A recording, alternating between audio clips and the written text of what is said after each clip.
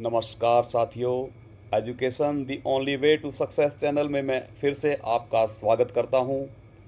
आज हम बात करेंगे टीचिंग लर्निंग प्रोसेस में हमारे टीचिंग लर्निंग एड्स का क्या महत्व है। हम जानते हैं कि डायरेक्ट लेक्चर मेथड के द्वारा आजकल टीचिंग लर्निंग प्रोसेस इतना आसान नहीं रहा है। आज बहुत सारे एड्स हमारे पास ऐसे आ गए हैं जिनके द्वारा अगर हम बच्चों को पढ़ाएं तो टीचिंग लर्निंग प्रोसेस बहुत ही इजी और एक समझने योग्य प्रोसेस बन गया है। इसके अंतर्गत हम बहुत सारी चीज़ें कर सकते हैं, जैसे कि हम वीडियो को डेवलप कर सकते हैं, एनिमेशंस बना सकते हैं, बच्चों को पीपीटीज के माध्यम से पढ़ा सकते हैं। जो नई 4 पेडागोजीज आई है, story telling, toy based, sports integrated और आर्ट इंटीग्रेटेड, उनके द्वारा हम बच्चों को पढ़ा सकते हैं।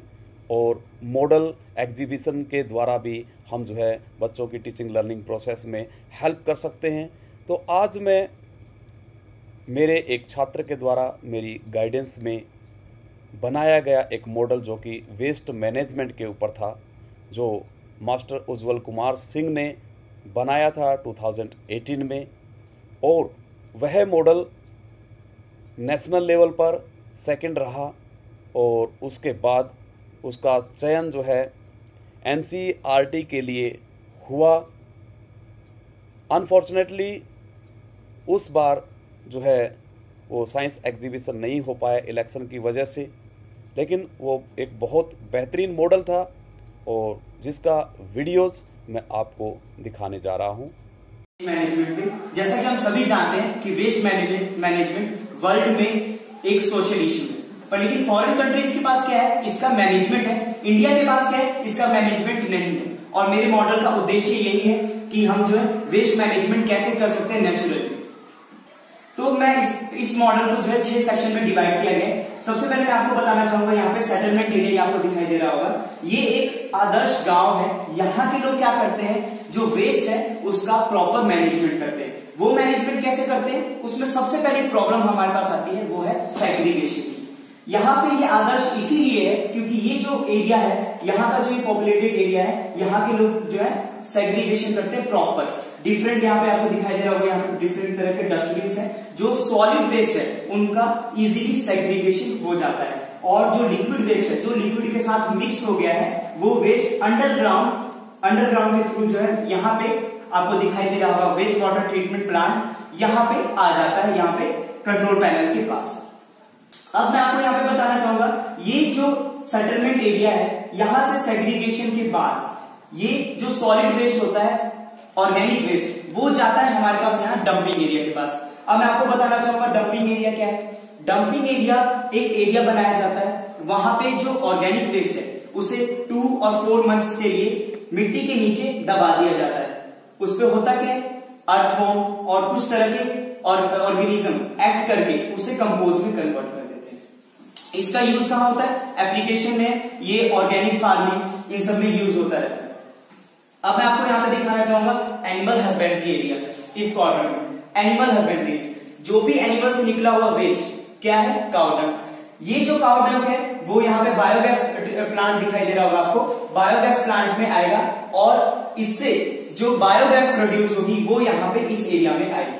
आपको पता भी होगा कि बायोगैस प्लांट से स्मॉल अमाउंट में ही इलेक्ट्रिसिटी भी प्रोड्यूस कराई जाती है, पर यहाँ पे जो गैस सप्लाई होगा उसे पूरे एरिया में सप्लाई होता है। एग्जाम्पल भी मैं आपको देना चाहूंगा कि हरियाणा का एक सरसा गांव है, वहां के एक व्यक्ति ने 700 कैटल्स के साथ पूरे गांव में सुबह और शाम 1 घंटे तक जो है बायोगैस प्रोड्यूस उनको सप्लाई करवाता है। अब मैं आपको यहाँ पे दिखाना चाहूंगा, ये वेस्ट वाटर ट्रीटमेंट प्लांट है हमारा।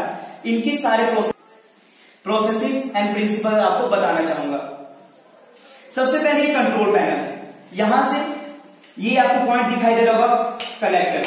यहां पे क्या होता है, जो सीवेज के थ्रू, अंडरग्राउंड सीवेज के थ्रू वेस्ट आया, लिक्विड वेस्ट, वो यहाँ पे कलेक्ट किया जाता है। फिर आपको ये दिखाई दे रहा होगा फिल्ट्रेशन टैंक। यहाँ पे बार स्क्रीन्स होती है, बड़ी बड़ी जालियां लगी होती हैं, जो लार्ज पार्टिकल्स है वो यहाँ पे इजीली सेपरेट हो जाते हैं और यहां से अंडरग्राउंड थ्रू बायोगैस प्लांट में पहुंचा दिए जाते हैं।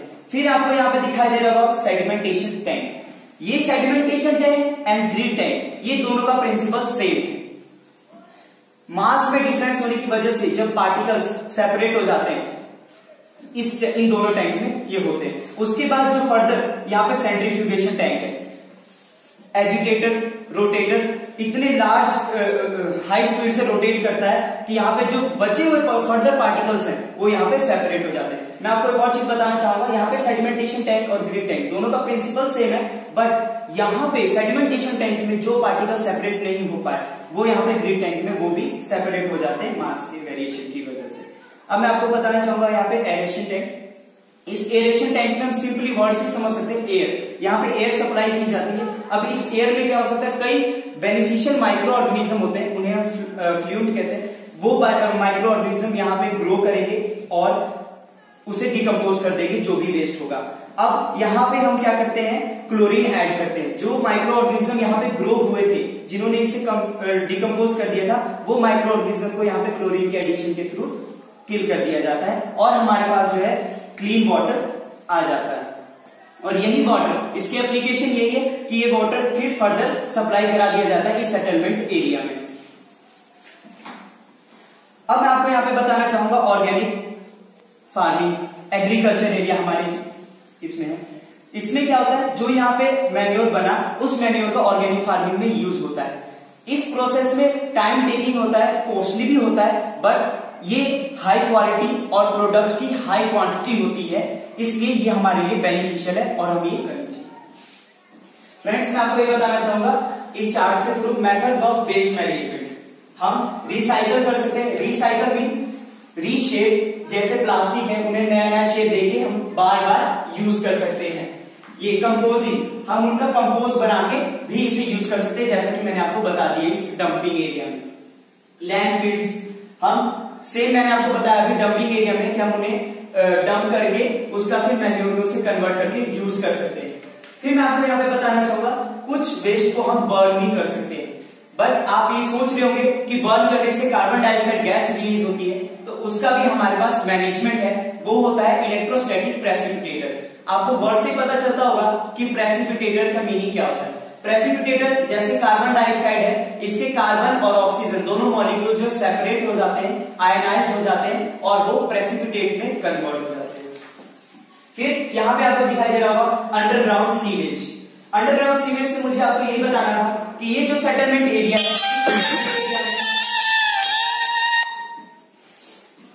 अंडरग्राउंड सीवेज, इससे मुझे आपको यही बताना था कि जो ये सेटलमेंट एरिया है वहां पे जो है अंडरग्राउंड सीवेज सिस्टम है। इस अंडरग्राउंड सीवेज सिस्टम के थ्रू जो है वेस्ट वाटर ट्रीटमेंट प्लांट तक जो है वाटर को पहुंचाया जाता है। अब मैं आपको यहाँ पे बताना चाहूंगा प्लास्टिक पायरोलाइसिस। यहाँ पे बताना चाहूंगा प्लास्टिक पायरोलाइसिस, ये एक मेथड है जिसके थ्रू हम जो है प्लास्टिक का भी मैनेजमेंट कर सकते हैं, उसे यूज कर सकते हैं। यहाँ पे कलेक्टर पॉइंट जहां पे डिफरेंट प्लास्टिक को जो है कलेक्ट किया जाता है, ये है मेल्टिंग टैंक। इस मेल्टिंग टैंक में 87 से 92 डिग्री सेल्सियस तक जो है प्लास्टिक को मेल्ट किया जाता है। फिर उसे फर्दर यहाँ पे थर्मल डिकम्पोजर में सप्लाई कर दिया जाता है। थर्मल डिकम्पोजर में क्या होता है कि उसे वेपर की फॉर्म में कन्वर्ट नहीं होने देते उसे, और ना ही वो गैस प्रोड्यूस करता है, बस वो थर्मली डिकम्पोज हो जाता है, जिसमें जो है एनर्जी की रिक्वायरमेंट होती है। फिर यहाँ पे कंडेंसर पॉइंट, कंडेंसर में क्या होता है, फिर वो जो थर्मल एनर्जी के बाद डिकम्पोज हुआ वो कंडेंसर में कंडेंस होता है और उसकी फर्दर सप्लाई कर दी जाती है फ्रैक्शनल डिस्टिलेशन टैंक में, और ये गैस के रूप में बाहर निकल जाता है, ये जो प्लास्टिक है। अब मैं आपको यहाँ पे बताना चाहूंगा segregation of solid biomedical waste. यहाँ पे जो मेडिकल वेस्ट है उनका भी प्रॉपर मैनेजमेंट बताया है। ये मैनेजमेंट भी है और उसके साथ साथ यहाँ पे चार्ट में दिखाया हुआ कि इसकी सेग्रीगेशन, जैसा मैंने आपको स्टार्टिंग में बता दिया था कि सेटलमेंट एरिया या किसी भी एरिया में सबसे पहले हमारे पास प्रॉब्लम क्या आती है, यही कि उसकी सेग्रीगेशन। सब खत्म हो गया। जैसे कि मैंने आपको पहले बता दिया था कि सेटलमेंट एरिया में हमारे पास जो सेग्रीगेशन की प्रॉब्लम आती है। इस चार्ट के थ्रू मैंने आपको बता दिया है कि डिफरेंट डस्टबिन जो होते हैं वो यूज में लाए जाते हैं इनकी सेग्रीगेशन के लिए। Thank you.